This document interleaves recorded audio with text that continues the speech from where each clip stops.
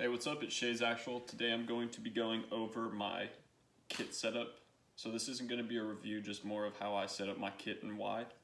To start off with the base, I do have a Cry Precision JPC 1.0. The reason I went with a 1.0 over a 2.0 is just because when I called Cry to order mine, they had told me that a batch of 1.0 were going to be produced in the next month, and that 2.0s were going to take like 3 months to produce just because they're slammed with like government orders. So I went with the 1.0 because of time and because of cost. They do come with the M4 mag carrier already attached, which was kind of nice, and I didn't really have a placard at the time for Swift clips, so I didn't really have a need for that either. And the JPC 1.0 fulfilled all my needs. I didn't need the quick detach because I'm not really in the military anymore, and I know that some units it's a requirement to have that quick detach for their plate carriers, but I didn't really have that problem anymore and didn't really need that as like an SOP. So the 1.0 fulfilled all my needs. This is a size too small for me, and the reason that I have one size small is because I have small sappy plates because I got them for a great deal. I got them basically for $45 each for ceramic, what is it? I think level 3A plus or whatever. Probably the best plates you could get, and I got them for $45 each, and they're small, so that's why I have a size small. I'm really a size medium. I'm not gonna harbor on that too much. But overall, I do think the JPC 1.0 is a great, affordable, and robust plate carrier. I'm not going to do a review on it, but it is good. The only thing I want to change on my JPC is to add shoulder pads. These aren't really padded enough when I ruck with this.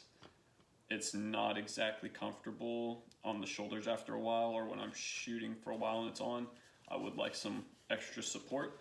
But to start from the bottom and work my way up the front of the plate carrier, I do have my Garmin Fortrex 401, and that's just for navigation. I wouldn't trust this with I wouldn't really trust this with the cardinal directions. I have a regular compass and just knowledge of them, but if you have coordinates or you need to figure out your coordinates, this is great for that.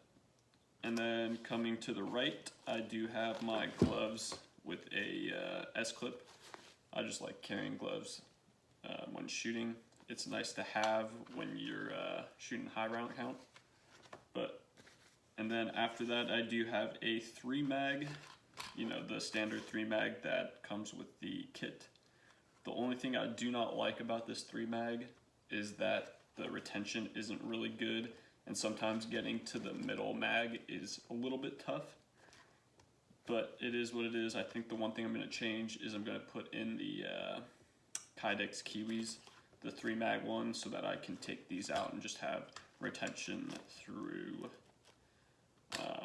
the Kydex inserts. Overall though, I do like this front setup. I'm not the type of person who does the 6 mags when I want to get low and make myself a small target. I don't think that having 6 mags is a reasonable thing for that. Also, I should go into saying that this setup isn't really geared towards like a traditional combat setup of, plus 7 mags. I can only carry 5 on here right now, including this what I'll get to. But this was kind of more of like a recce setup because of where I live in rural places, so if I would ever need this under some stupid circumstance, which I doubt I ever will, but if I ever need this in real life, I'd be walking a fair distance, so I want it to be light, quick, and agile. So that's basically where I'm getting with that. So moving up from the mags, you do have like this like semi-kangaroo pouch.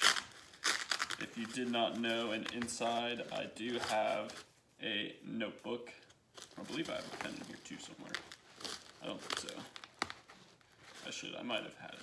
But I usually keep a notebook in here in case you need to write something down, you need to write something that you've seen, or you just need to write your girlfriend or boyfriend a love note. I keep a brand new, fresh notebook in there. Super convenient. Always carry some pieces of paper on you. You never know when you're going to need to write your number down and give it to somebody.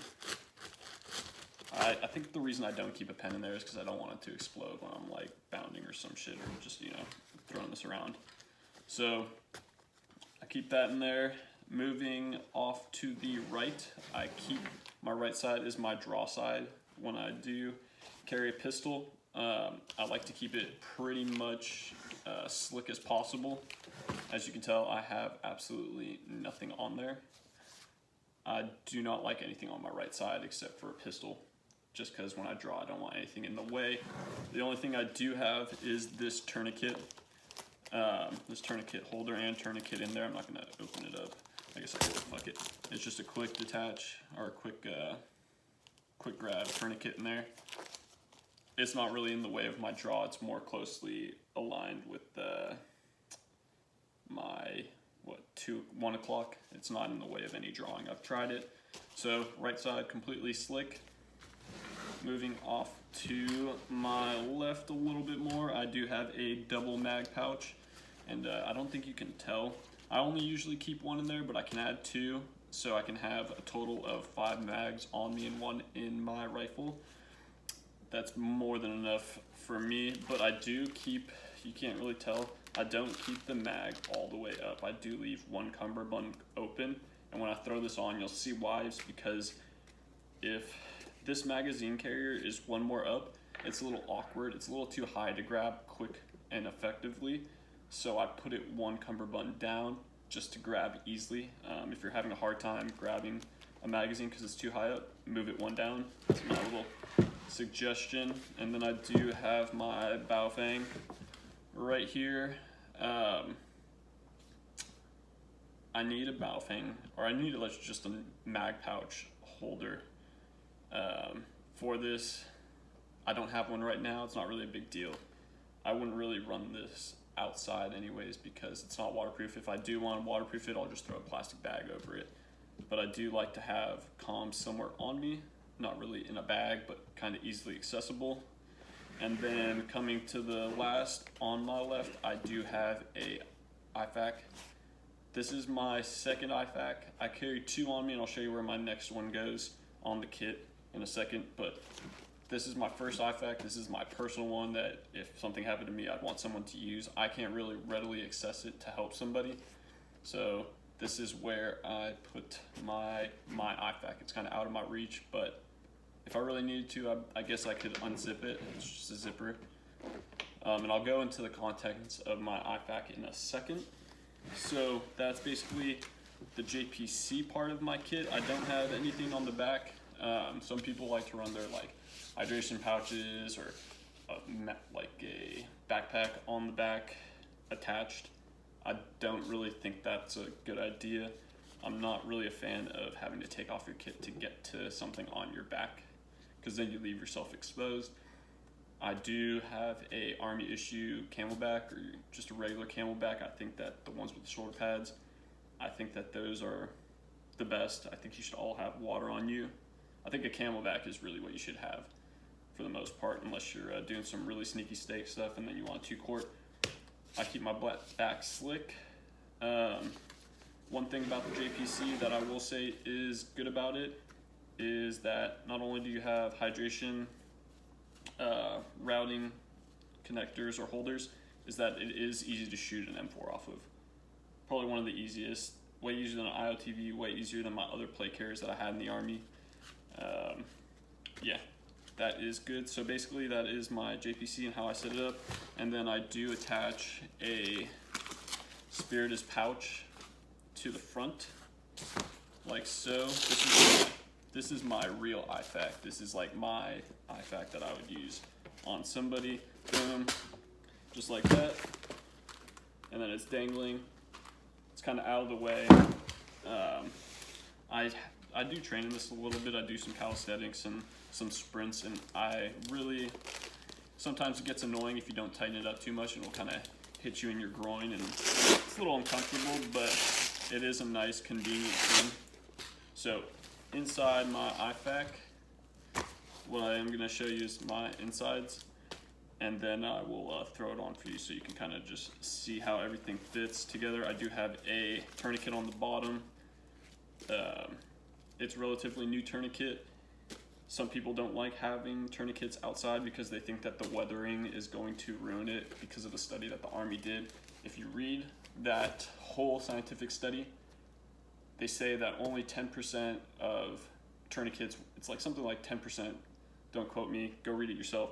The 10% of tourniquets are affected by weathering when they're out in the elements, and then of those 10% that were affected, and it was like of a year time or 6 months time, only 7% or something, a small amount of those affected became inoperable. So of those 10%, like 90% of them still would function and cut off circulation. So I don't mind keeping a tourniquet outside in the weathering, because after a year I'll just change it out for a new one. I think that having it readily accessible is far more effective, and the risk to benefit ratio is much higher to having it easily accessible.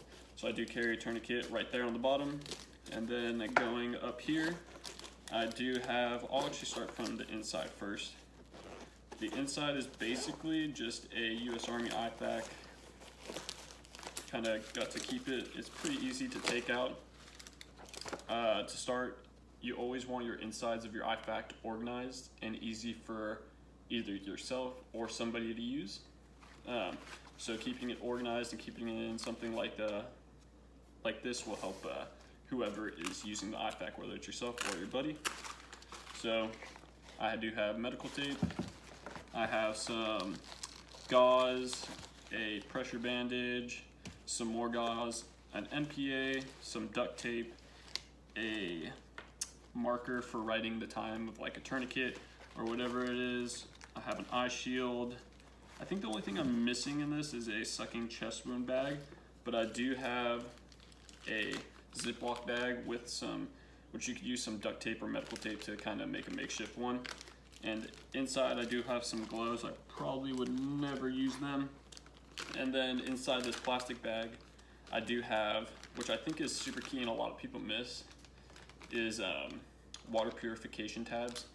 Let's just say something happens to your camelback, or you run out of water or something, and you find a water source and you don't know if it's pure. Always keep some water filtration or water purification tabs. I think these are iodine or whatever.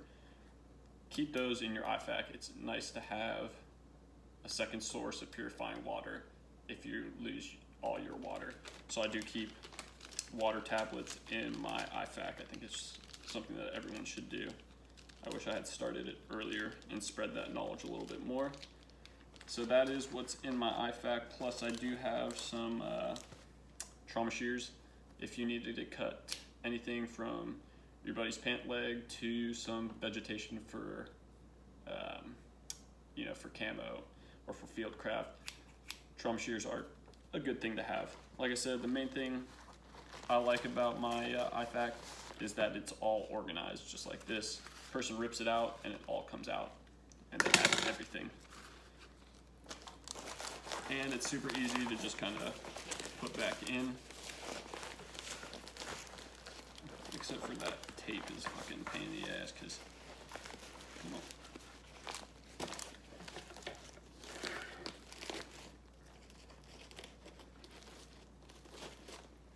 so there's that. That goes in there.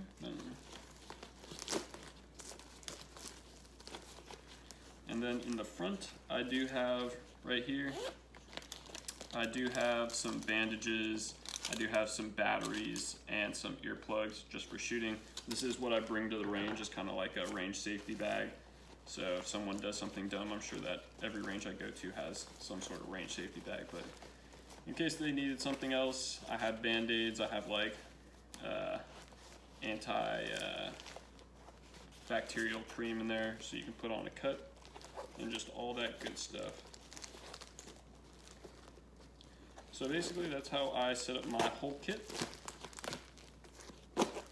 And then, yeah, that's about it. I got some Band-Aids in there too. That's how I set up my whole kit, so I'm gonna throw it on for you, see how it fits.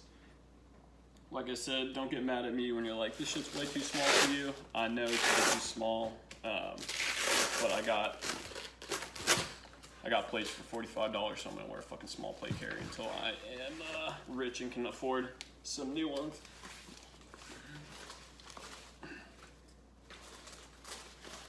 So like I said, it is a pretty comfy plate carrier, and when you're, I've roughed with this quite a bit and trained, and it is honestly, it's nice and light. The shoulders do weigh down. I wish I did have tubes. I might invest in some tubes, but everything is easily accessible. My right side, I can draw pretty easy, and then right here,